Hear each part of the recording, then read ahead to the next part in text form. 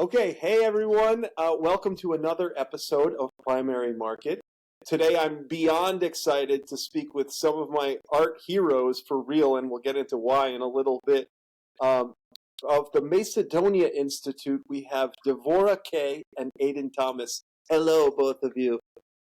Hey, Topper, Hi, how's it it's going? great to be here. Yo. Okay, so um, I just want to just first dive into the fact that um, Aiden, I've been like DMing you for like the past decade. I'm always just so impressed with what you guys are doing with your art residency, and so let's just start with how it all began, how you guys met, and all that. I feel like Devora tells a good story of like the beginning. I'm gonna put you on the All right, spot a put me little in the bit. hot seat. Well, Aiden and I met about 11 years ago, approaching at this point, and I grew up actually in LA, so where you are, Topper, and Aiden as a Brooklyn guy through and through, and so we met, and he had been immersed throughout his young schooling years in the art world. And while not an artist, he was always just enamored and loved being with art, around art, inspired by art. Began collecting at a really early age. And so some of our earliest dates after we met at a mutual friend's dinner party were to artist studios. So he would bring me along. And while I appreciated art, I definitely did not know this other world of New York City existed where you could slide into an artist's DM, ask them if you could stop by, and it would turn into, a 1, 2, 3 hour visit where we would really explore the artist's practice and get to see their work in action. And I kind of fell in love with art as I was falling in love with Aiden. It was just like happened together and was this foundational part of our relationship from the earliest jump. And Aiden had the idea of buying a house upstate. And this was also a novel concept to me. I was not familiar with upstate New York or the magic or beauty of it. And it was a series of serendipitous events, but we ended up looking at a house. It was the very first house we looked at in Chatham, New York. And we saw the house. It had a finished garage/barn, and it was an old used car collector's garage. And Aiden looked at me while we were in it on our first house tour and said, if we get this house, we have to start an art residency. And I look at him like wide eyed and I'm like, yes, let's do it. And then I looked at him and I was like, what's that? And he kind of explained to me what he envisioned of inviting artists into our house. And um, since he is a teacher, and at the time I was working in city government, but we had really typical day jobs. And so we weren't able to go to this house and enjoy it. And so instead, we invited artists to come live in our home. And we converted the old used car collector garage into a painter's studio. And they would work in the adjacent barn. And we had dedicated, or we still have dedicated bedrooms for artists, but it's in our house. So it's in shared space. Kitchen is shared and living room, common space. And then a couple of years ago, we commissioned a wonderful artist, RL Lizette, to build a print studio in the basement. So it's evolved to include a printing practice with a printer's press for all different kinds of printmaking. So that's really how it all began. But Eden really envisioned this, and I was along for the ride, and it's been quite a ride. So that was, yeah, I guess this July it will be 10 years. It's incredible. So did you find other? So you didn't even look at any other houses? It was just like that's the one. We looked at two others It that same day. They yeah, didn't hold a flame. it it was kind of one of those things where we saw two really crap houses and like one perfect house for the exact same price, and we were like, okay, so like either the crap houses are really poorly priced or this great house is really well priced. And then like the extra serendipity of it was like we saw the house a week later there was 2.5 feet of snow, and so like nobody else saw the house. And so we made an offer and the guys were like, the two guys that owned it prior like accepted our offer because no one else had seen the house. um and so yeah, we closed this was in February. We closed in late May, and then we had our first artists move in towards the end of July. At the beginning, we didn't totally conceptualize this as like a every month project, and we were really kind of saying to ourselves like, we're gonna do this with our first artist with Andrew Ross, because we knew his gallerist at the time. He was preparing for a show, and so it felt like a great opportunity to like give him a space and try it. To be honest, he was very kind to us in terms of like, we didn't have a setup at that point, and like, you know, we were kind to him and we gave him a space, and he was kind to us, and that he rolled with it. The fact that there was no tools, no work tables, like, you know, the table that's in fresh. the studio today is the table that he in fact built. It's still there. It still lives on almost 10 years later. So thank you, Andrew, if you ever hear this. And then it was just, and then it kind of just snowballed from there. Unbelievable. So how did you envision it back then? And I just have so many questions with how it kind of evolved. And then I have to find out, you know, where the name comes from. So the name is a pretty foundational element, but I think it's to me, it's really connected to like what we were trying to do, which is like the house is just on Macedonia Road. Oh. And I was looking for something so deep. No, but I think that was kind of like the point to us, right? And so there's a flying pig on the barn, and for a while our like working idea was like the Porcine Aeronautics Institute. And we were like, this is a little too like sarcastic and ridiculous. But we knew like we wanted to be a little bit silly in the idea that like people are creating these things that they then call institutions. And it's all just like a bunch of hot air. And we wanted to kind of do the same thing, but a little bit more tongue in cheek. And we thought like, how great is it that like this old empire is the name of our road? And like people will always be asking this question, and the answer is going to be as simple as that's the road. But it also feels all like meant to be and just so powerful, man. We also like that TMI, the acronym. Yeah. It just is like a little silly. People are always like, who is it? It's just Aiden and I who run it for the last 10 years. So like if you, you know, message us on Instagram or email us, it's only the two of us. So we thought TMI was kind of like cheeky for something that, you know, is so exciting that it still exists after all this time, but just a fun passion project. Wow. Really incredible. And so how, in the beginning, like, how did it kind of evolve or coagulate into, you know, finding more artists or like talking about it? You know, how did you kind of get it off the ground?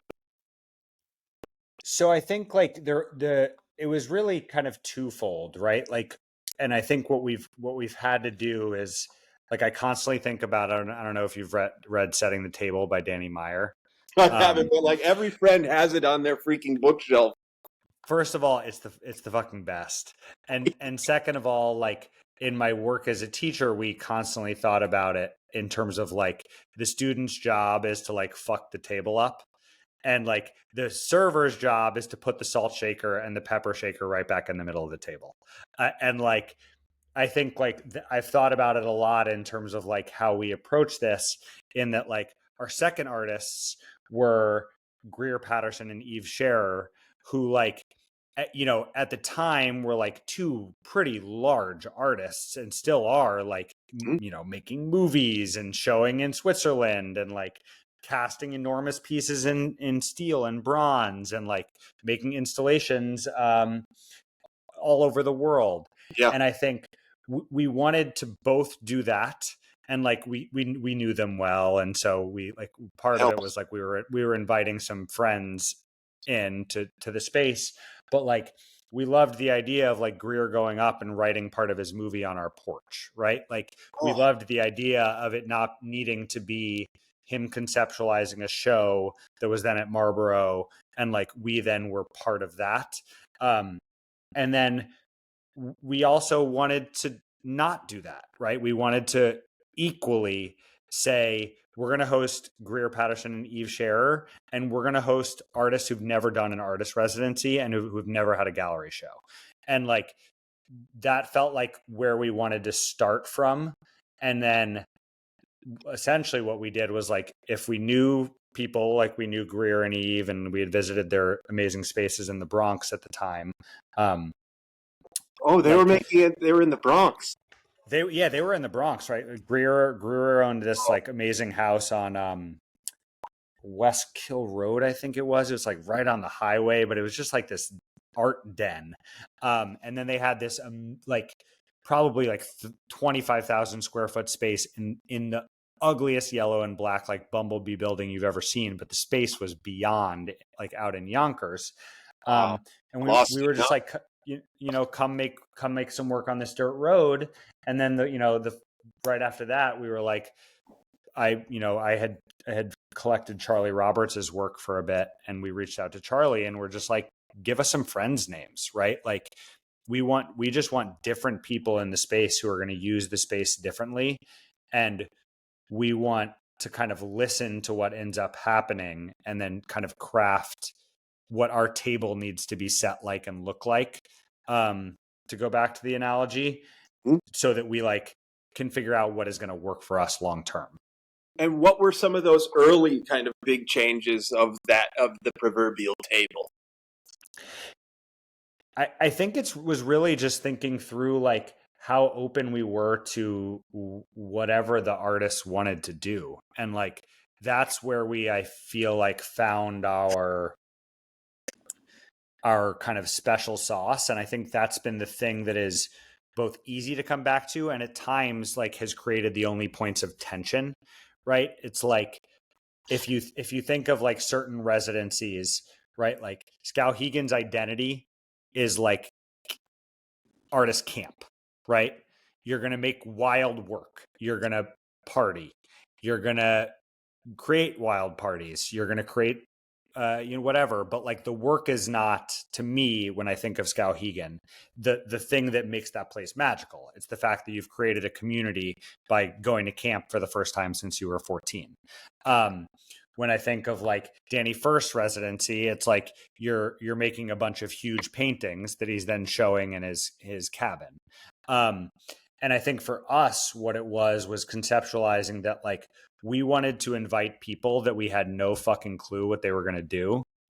And we wanted them to be comfortable, like not going in with an idea of what they were going to do, and kind of responding to the space. And so we saw very early on, like there were a few successful moments where people were preparing for X show or Y show. But by and large, it was most successful when like an artist went into it saying, maybe I'll make 100 paintings, maybe I'll make 0. Wow. Has anyone ever would come and or an artist would come and expect to make only works on paper, only ship their materials for paperworks, and then get in the space and be like, change of plans. Now I'm going to like use this raw canvas, make totally different work, paint outside, experiment with, abstraction as a figurative painter, experiment with figurative painting as an abstract painter. So it was definitely a learning opportunity with that proverbial table to and some artists came and read and researched, and that's also been a gift, without necessarily paintbrush to canvas, and researched and had this like respite that then recharged them to make this like incredible next body of work, or like propel their practice in a totally different direction. But we've heard from a lot of different artists that it was kind of the first time they had a pause, or a lack of expectations. We don't set up any gallerist visits, or there's no expectation of a deliverable in terms of quantity of work or what you're doing or a statement. It's really your time. That is astonishing. And so when an artist comes, do you guys, or just someone, are they going there alone? Are they bringing a friend? Like, how does that work? Are you guys there?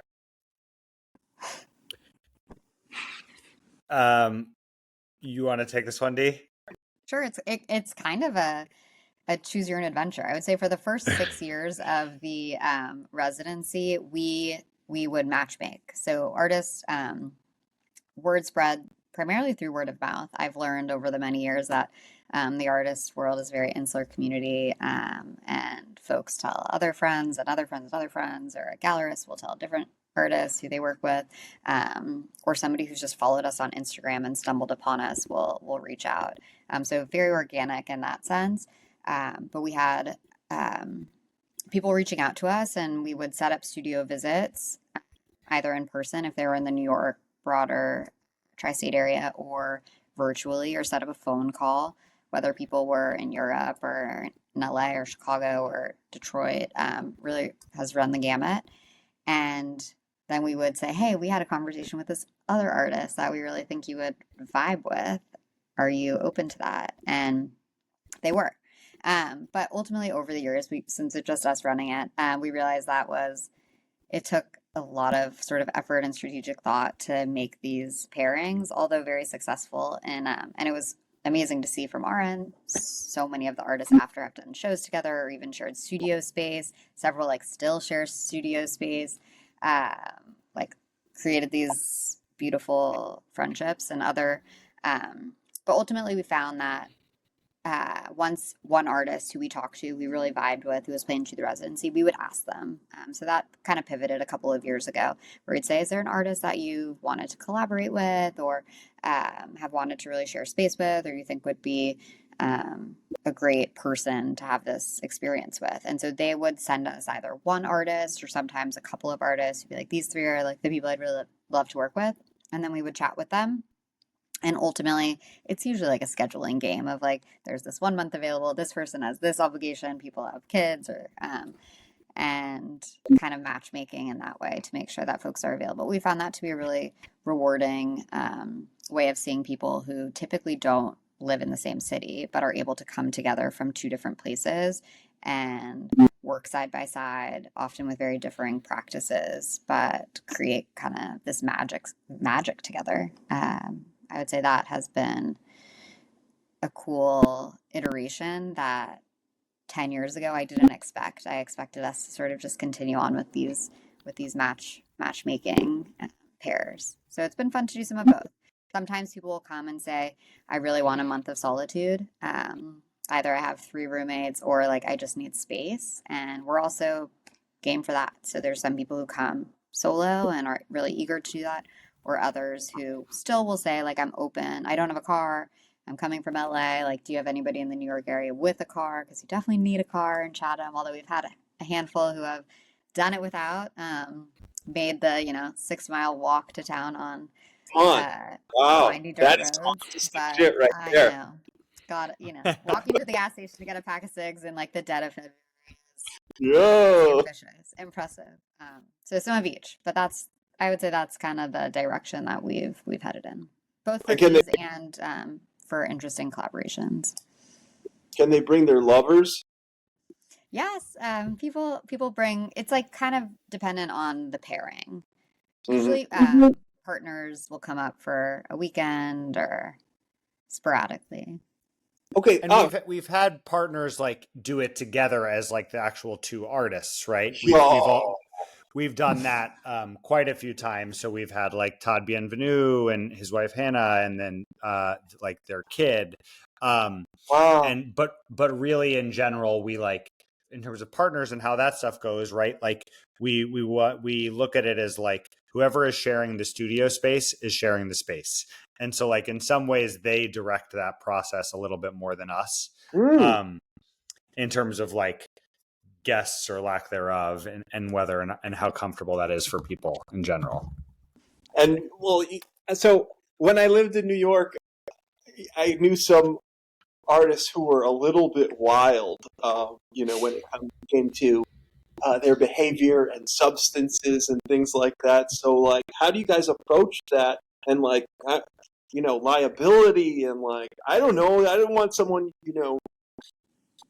smoking crack or something crazy. I know that's so extreme, but literally, the people were fainting and freaking shooting up and smoking crack, and they were good.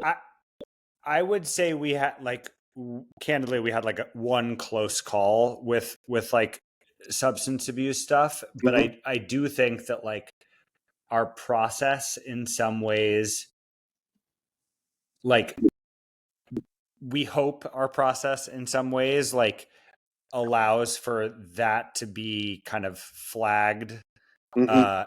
and avoided, in Yeah. that like when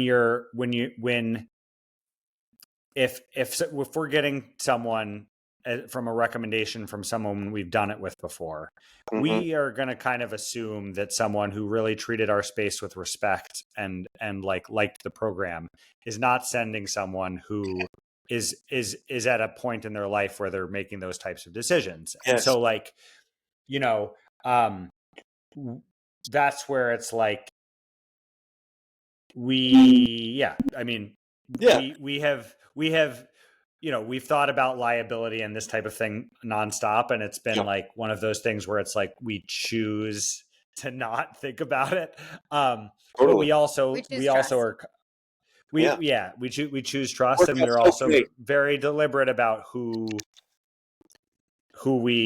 coming? who we let in the space, and also like we trust the people who recommend people, that they're recommending people who are going to get what we're about, which is like Yeah. we're giving you this huge space, treat it with some decency.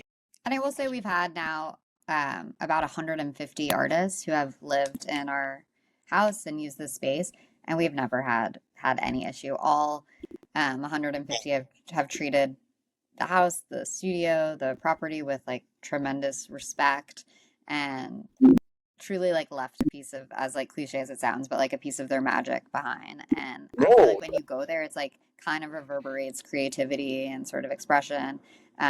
We have two kids, a 5-year-old and a 2.5-year-old, but like our 5-year-old has like grown up thinking that this is the norm, that like of course artists live in your house, and well, we're not like sleeping there at the same time as the artists are there, but that's like the expectation. Of course there's like the barn slash studio has like canvas everywhere and has like been converted. So yeah, I would say it's been, artists are incredible and like so like giving with their imagination and their sense of the world, and they've only brought, everybody that we've hosted has only brought that same sort of magical energy to the space.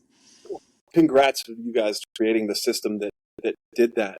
Um, so just throughout the time, I have so many more questions, but throughout the time of like creating this institute or residency, have your guys' taste in art and evolved, or how would you kind of talk about what you think the art market is, what artists are doing, and your taste as collectors?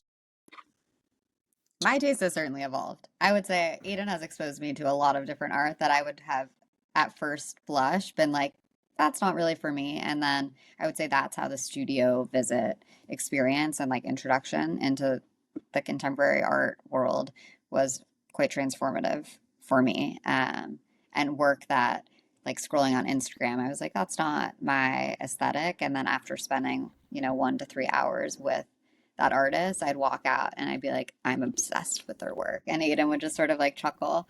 But yeah, so I've definitely evolved as like an art appreciator and collector, and um, really like growing up, like was very drawn towards figurative work. And this experience has brought me a lot closer to abstraction and other mediums that has been, outside of my initial zone of appreciation. Yeah, and I think one thing we've at least tried to do is like there's what we like at the moment, right? And there's like what we gravitate towards, and then there's like work that we don't quite yet understand or like get. And we do try at least to like make sure that our program and the artists we invite are not like just artists that the like this is our favorite work in the world at that moment, Wow. because we try to recognize that like our favorite work at the moment may not be our favorite work long term. And so we want to be open to the concept that like work that we can't yet see is still worth like uplifting, and then like let's let the time pass and see what happens. And That's so the exciting part. it feels a little scatterbrained. Like I think if you probably looked at it, but like in the big picture, like you would see that is as much the intention as like anything else. And so, if we're hosting 2 traditional painters 1 month, we want to get like someone weird in there who's doing something with photography or something with um fabric or some Wow. like or trying just new weird stuff. Like we really we want to not have to do what it feels like most people have to do, which is like have that clear artistic identity. And like this is the space where figuration happens, this is the space where like abstraction happens, this is the space where Dada inspired work happens, and really just kind of do whatever the heck feels right at that moment. And a little bit of all of it. Like when people are Yeah. like, this is the answer is like yes. So Wow. That certainly on reminded like, me. yeah. Did you guys ever see the movie about? It was on Netflix like a decade ago, called Herb and Dorothy. I like read the huge article on it. Those are like the guy worked at like, or the guy or the wife worked at the post office, and they like collected together and they had like a set budget. That's Yes, the idea? exactly. But Herb had a quote in that movie that just like reminded me, pulled that out of my brain. He said that if I understood the work, then I can't afford it. Yeah. So he was like always trying to buy stuff that he couldn't understand. That was like a prerequisite. Yeah. So, okay, so what, now into kind of like the selection process, if you guys are open to talking about it, like, Sure. what does it take to, what does it take, and like, so everybody's there for a month? Because you also mentioned some people just go for the weekend. Like, and then how does it work? What does it take? How does it work? The residency started at about a month. I'd say that's been our sweet spot. Now they're about 3.5 weeks is a typical residency. We've done usually in past winters, we've done a series of print residencies that are usually shorter. So anywhere from 1 week to a 2 week window, where those print residencies are typically experienced printers who come in with a plan or really want dedicated print press access to ideate and execute whatever it is that they're working on. And so that's been a really fun experimental like mini residencies. But typically it's 3 to 3.5 weeks, and we aren't up there for the most part during the residency. Occasionally we'll come by for a night. And before we had kids, it was like a salon situation where we would all cohabitate for the weekends, and we would make big dinners and drink wine and play board games. And we like tried to do that a little bit when we had one kid. And then when we had 2 kids, it just like got less cute, like kills the vibe. And like not the rest of it that Yeah. artists are looking for. Although our kids are wonderful and the artists have Soon all been enough. so kind. Yes, exactly. When they're a little Yeah. bit Soon bigger. enough. But the artists have all been so gracious and always invite them into the studio. But so typically, in terms of, we don't have a formal application process. For the short print residencies, we've asked that people send us like one paragraph, but that's really been the most narrative that we've expected. And for the most part, people reach out to us either via email from our website, or I would say the vast majority of residents have reached out to us on Instagram, but have DM'd and asked to schedule either a studio visit or a call. And we typically book a year in advance. So we look at the calendar. We'll typically find a few people who we've talked to. And then it's really about timing, as Mm-hmm. much as anything, of when artists are looking to come and when we have availability, and kind of that jigsaw puzzle of making it all work. And every year since we started for the last almost decade, there's always been last minute changes of an artist who something either personal or family related or a gallery show or something will come up, and they'll have to last minute pull out, and then we'll just like truly look at the last person who's reached out to us and been like, hey, we just chatted. Like, do you want to come next week on Monday? And we always are able to find somebody to like quickly uh, jump in, which has been exciting. But usually it's a conversation. So it's that initial conversation, then that sort of like, is there somebody else you want to do it with? We have had so many incredible artists reach out over the years, and we obviously can't host them all. And so we do try to re-engage artists who have reached out to us either years ago or repeatedly over the years, looking for that space. But it really comes down to a studio visit, a conversation, and then like that kind of jigsaw calendaring about a year out to see if it works. And then there's a little bit of fluidity, but for the most part, if there's 12 months in a year, we pause for a few months throughout the calendar year, but that's not that many. It's around between 20 and 30 artists a year typically. So are you looking for their commitment as an artist? Are you looking for a certain vibe, a certain what they're trying to accomplish? Like, what are some of the elements of their personality or work or whatevsies that you want to see?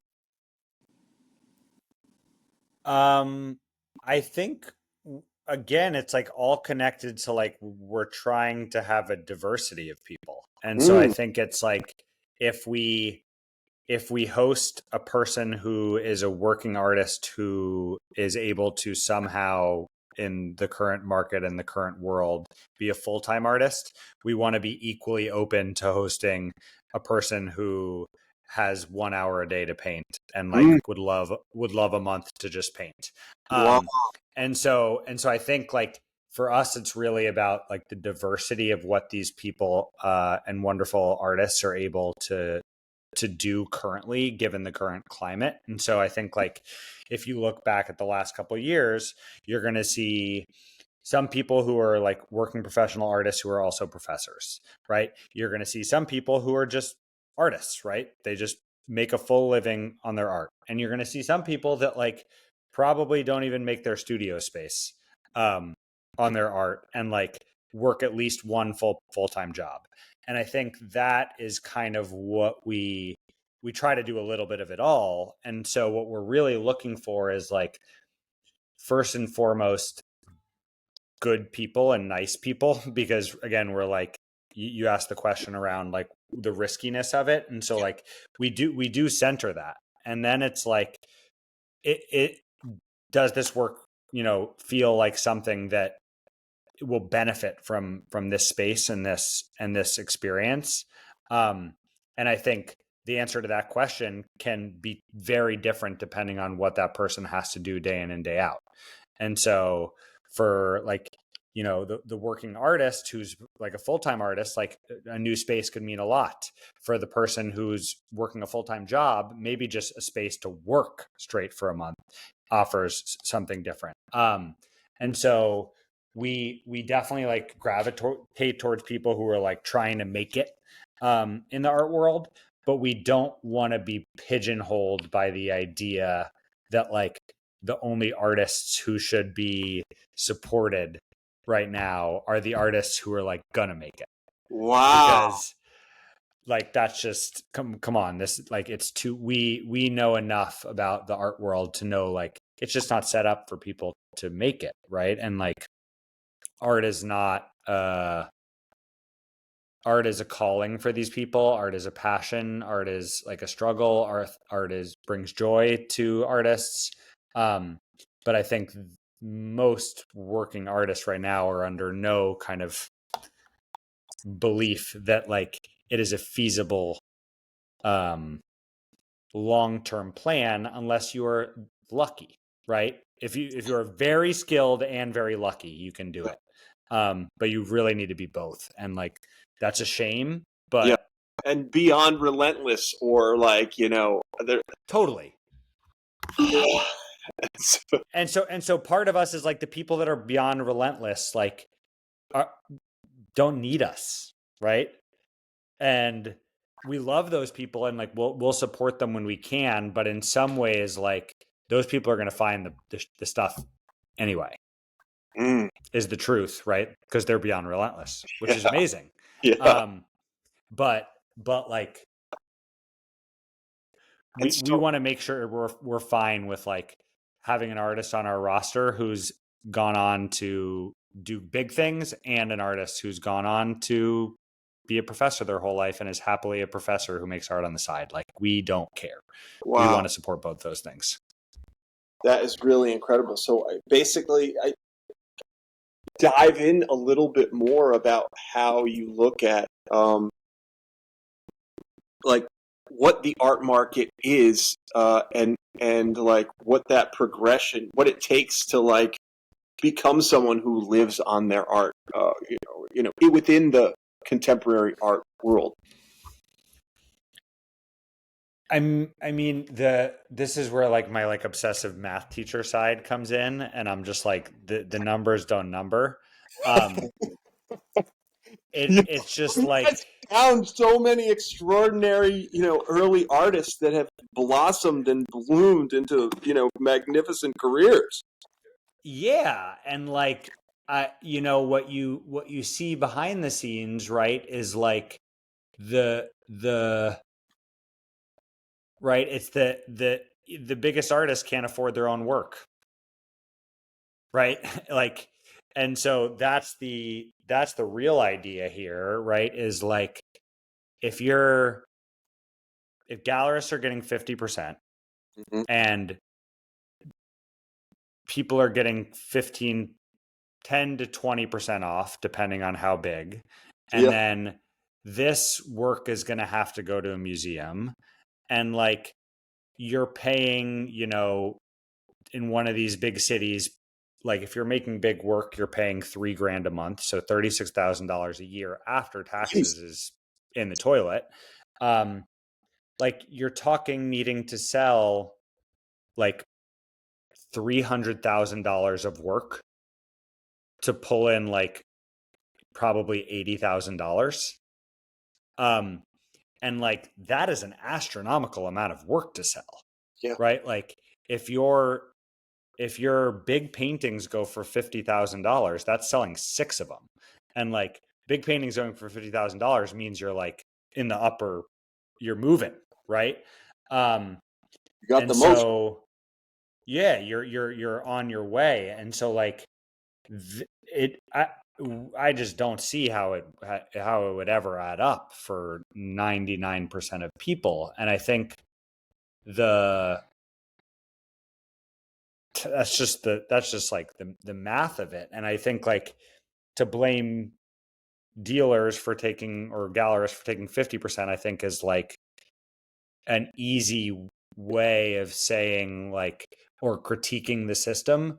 But it's like, those people aren't thriving anyway, and like, many of those people are running on like family wealth, and like, actually, in my opinion, doing a public service by even taking 50%, because like, they're probably losing money anyway. And like, some months they show work that sells 0, right? And like, Maybe some years. right, and maybe some years. And like, that whole thing just feels so like, kind of sad and icky. But like, we like, it's just complicated, because people, the art world needs more eyes and people. But like, to get that, it needs to be less icky. Mm-hmm. I will say, Well, on the like positive side, there has been, from residents who have either been paired together or who have like found out about other artists via like our Instagram or through just like the word of mouth, that there's been a lot of like information sharing in a really positive way of like, this gallery is like from artist to artist, like with us Yeah. being, or an artist will reach out to us and be like, hey, X gallerist reached out to me about doing a show, like to us and say like, what do you think? And we'll say like, hey, we'll put you in touch with like one or two other artists who have done our program who have worked with that gallery. Like we're not gonna, we don't have we're not selling art through these galleries, so why don't you talk to the source? And I'd say that's been really, we've heard from artists who have been really appreciative of that sort of like interconnected uh, information sharing to get a sense of like, hey, oh, that gallerist like pays the second, a check clears, like definitely work with them. They're so awesome. Their program is, like even from Family. like the granular, yeah, to like the like meta of their program and what that like dialogue looks like. So that's been hopefully something that's beneficial for artists and beneficial for like the market writ large in terms of that sort of information sharing. Yeah, that's really important. And then that brings to another question about how do you guys feel about, speaking about the cost of having a studio and, the prevalence of the internet, how important is it to be in New York or Los Angeles to to kind of emerge to have a career as an artist? It's been really cool to see people who have done our residency. I can think of, a handful um, who have then moved their practice upstate in close proximity to the residency, like a wonderful artist and friend, Lujan Perez, who's incredible, or Leah Guadagnoli, who's a chef extraordinaire but has a wonderful art practice as well, who are now in neighboring towns to Chatham, where the residency was. So through the proliferation of information sharing, and like we all have so much knowledge and exposure in the palm of our hand, you can have these practices. I think it depends on who you are and like what type of artist you are and what you want. Some people, we've had artists who have done the residency and really miss that like hustle and bustle of the city and want to be at every gallery opening and find even that 3 weeks on a dirt road in a sleepy town is too much for them to have that Wow. space. And other artists see that like actually getting away is doing more for my like networking and exposure and having uh sharing what they're working on is doing a different thing. But I don't think either are like right or wrong. It just depends what you want from your work and from the art world in general. So I think yes, you can have a practice certainly outside of LA or New York. There's so many like successful artists who are not in the two, major cities. But if you want a practice that's in LA or New York, you want to like be associated with that scene, then like sure you have to be there. I think both things can be true. Yeah. Like, and then I have to ask, don't get shy, but um, like I see what you guys are creating as really important in the context of art history.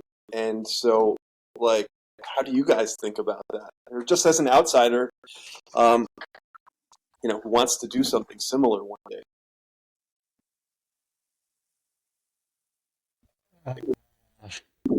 We're shy. No. I mean, I think it's just what this all boils down to, right? Is like the the there needs to be experimentation and like the trying of different things, right? And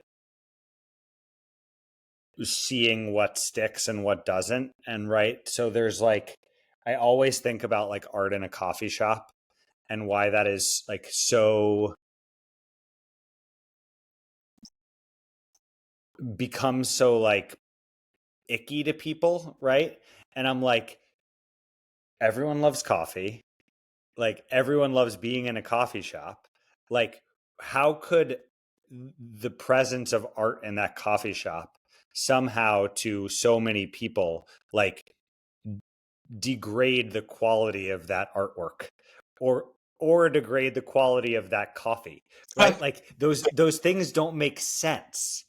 And so when you think about it that way, it's just like we are excited to have like done and committed to just doing something that's a little bit weird, which is like saying, we're not going to do Airbnb, we're not going to do VRBO, we're going to just let artists stay in our house, and we're going to deliberately choose all sorts of artists who are at all sorts of places in their career. And like, we are going to make that a new context, right? The context is not like all artists that are at this stage in their career. The context is not all artists who are then going to go on to be working artists. And like, for now it's working, right? And like, I think there could be a time where it suddenly doesn't work. And I think there's been many cases where like, you know, I'm sure there's been plenty of like more established artists who are like, oh, that person is on their previous things and like doesn't even show anymore. And like, we're okay with that, right? Like if that's the vibe, but part of what we are proud to have done is created something that like creates a new context for what an artist's program can be. And I think because we are unfettered by needing to pay a monthly bill like a gallery does and salaries like a gallery does, like we recognize our privilege in doing so, right? Like I get it from a gallery's perspective. Like you don't have that chance. Like you can have 2 misses a year.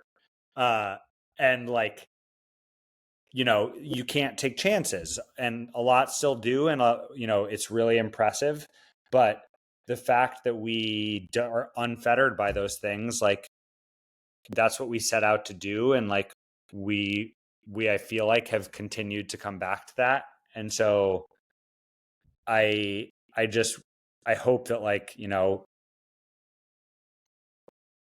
people have done this before, right? In terms of that vision. And I hope that like that type of thing continues, because so much of like what we expect in terms of like cohesive context is, to me, to some degree poisonous.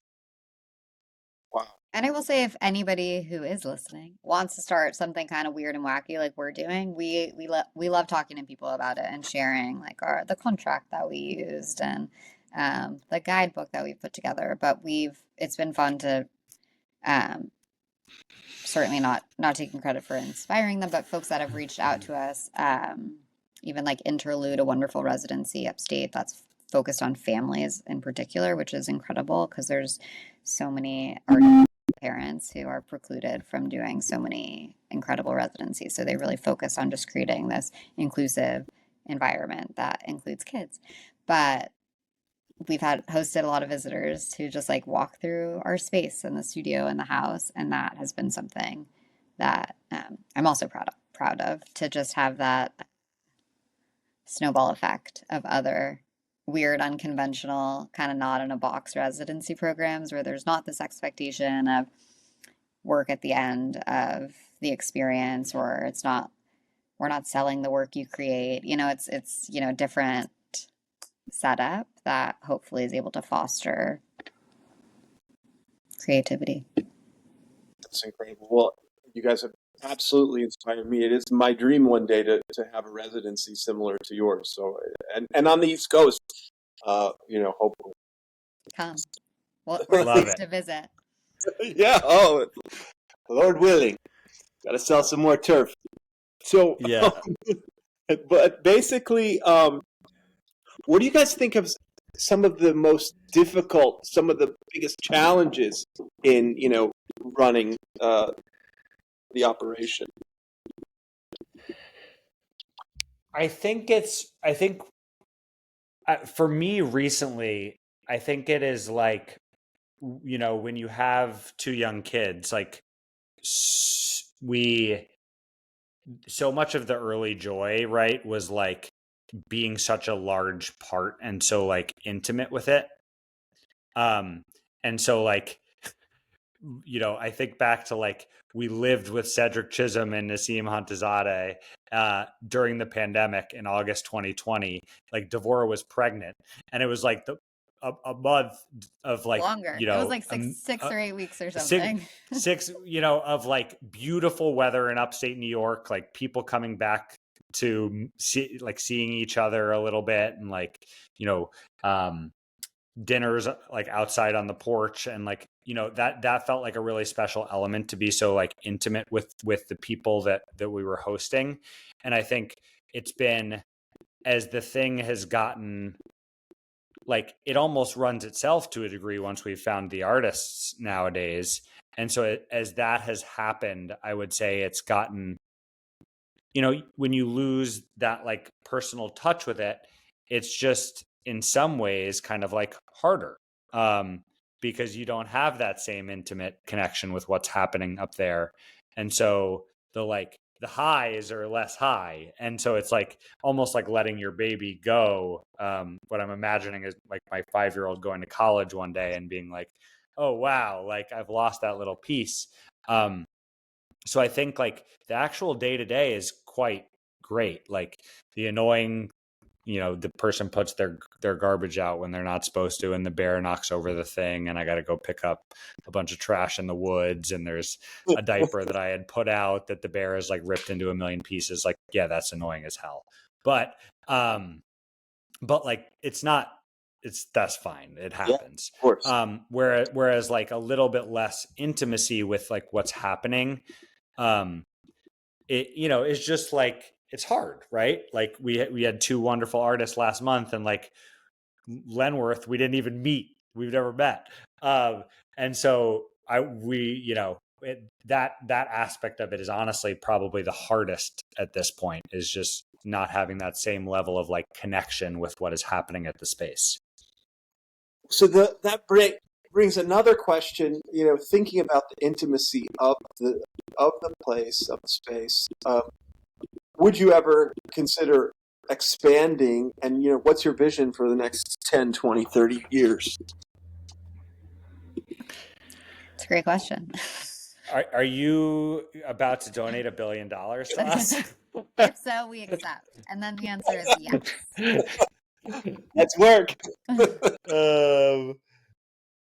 don't know. No, I think like we don't know. I think it's like we have in this process looked at other houses, right? And like tried to conceptualize what it would be to like have a 3-bedroom house that like only artists lived in, and then there's a huge blah blah blah. And like in some ways that feels like it would kind of lose what we were trying to do in the first place.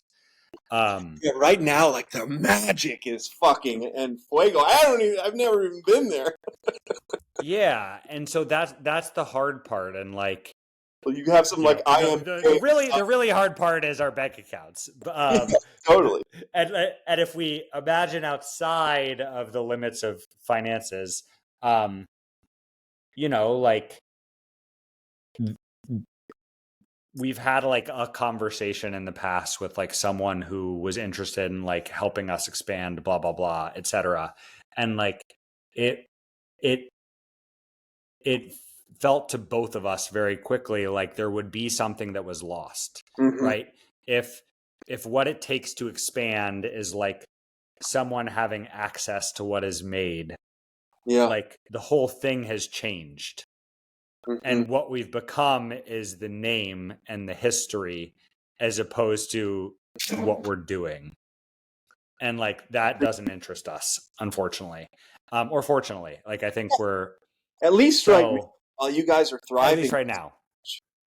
Yeah, I'd say at least right we don't know, and like kind of never say never. It would be a fool's errand to anticipate what the future holds, but we're definitely looking to hold on to that sense of magic in whatever iteration of a future residency or collaboration with artists that we're able to do.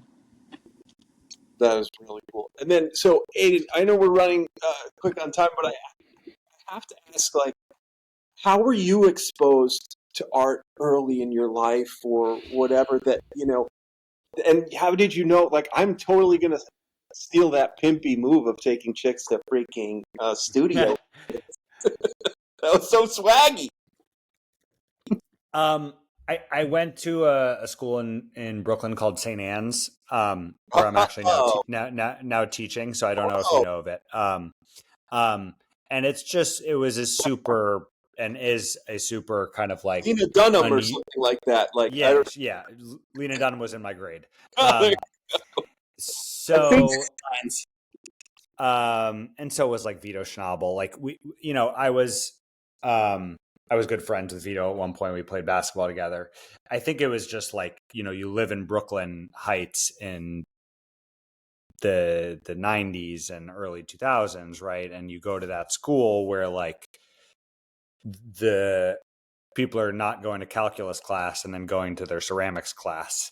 Like it kind of was in the water. And both my parents like are adjacent to the arts, right? Like my mom was a long time copywriter and creative director, and my dad was like an art director and creative director, and so they both worked in commercials and advertising, but like it just felt kind of like a constant. And then like I was always interested in just like individuals pursuing their like very niche interests, right? Like people who are living outside of kind of the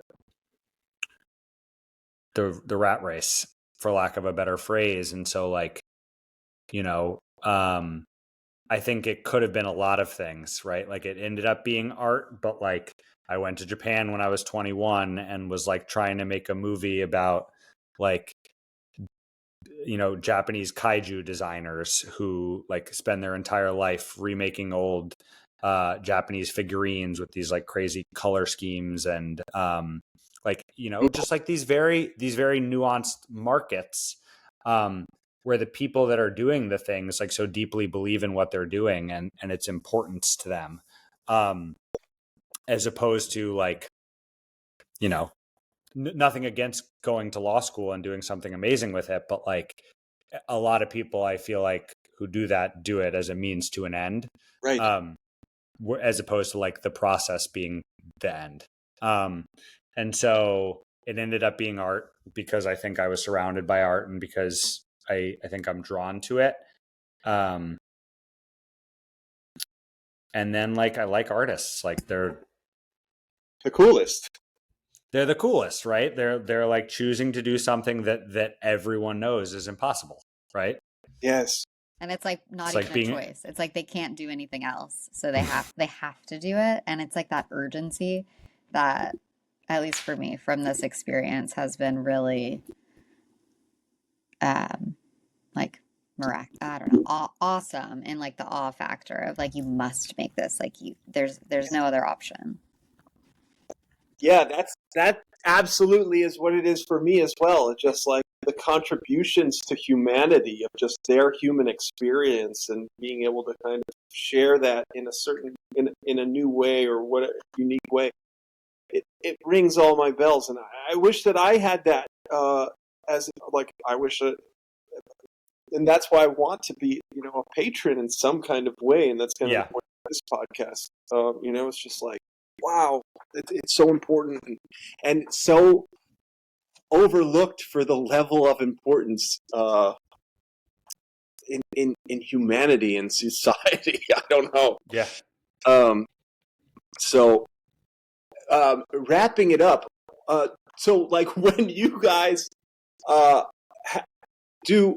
So you mentioned there's no requirement for the works that are created, but do you guys ever end up living with some of the work? I see some paintings in the background. Like, how do you guys think about collecting yourselves?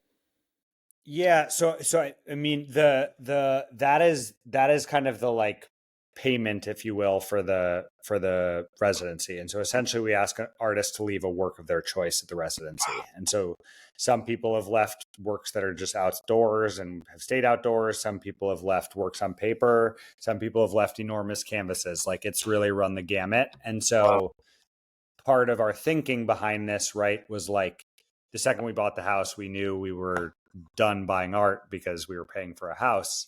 And we thought it was just like another way to like collect and support the arts that would be a little bit more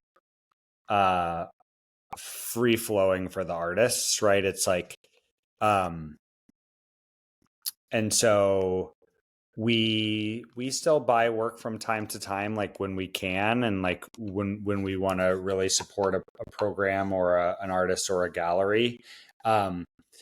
But like it's become really hard to buy art, to be honest, right? Like when I'm a teacher, we have 2 young kids, like when the work that you like, when you realize the work is like already priced at $4,000 to $5,000, you're like, what? That's like And they, over a month of my salary. What? Huh? And so I think there's a level of like we wanted to engage with it and like continue to collect work in a way that was like not hopefully like oppressive to artists, in that like most artists have work, right?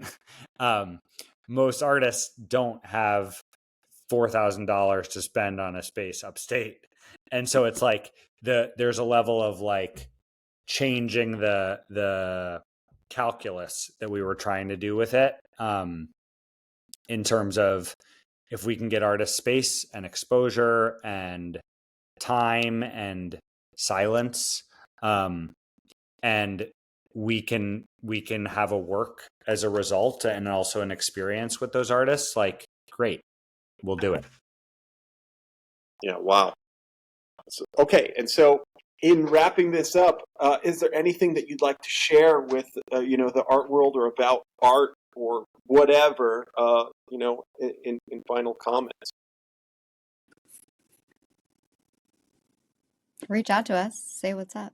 If you're interested in coming to the residency, or learning more about the program, we're always interested in chatting and meeting new people and just hearing what interesting things other people are up to. Yeah, and I would just echo in saying like keep reaching out, right? Like it's the 2 of us. You're looking at it, and like the odds that when you reach out the first time, we will read the DM and then change a diaper and forget about it, like are high. And so don't assume that like we're trying to ignore, or that someone else that you're reaching out to is trying to ignore. And there's like, everyone working in this crazy art world, I feel like is also doing 25 other things to make it all work, because it's so exciting and that we all want to keep doing it. But yeah, reach out to us if you want more information on the program, or like you are starting or want to start a program, and we'd love to chat. Awesome. Well, it was unbelievable and really enthralling speaking with you both and hearing your story. So thank you for Same coming. with you, Topper. Thank you so much. This was so fun.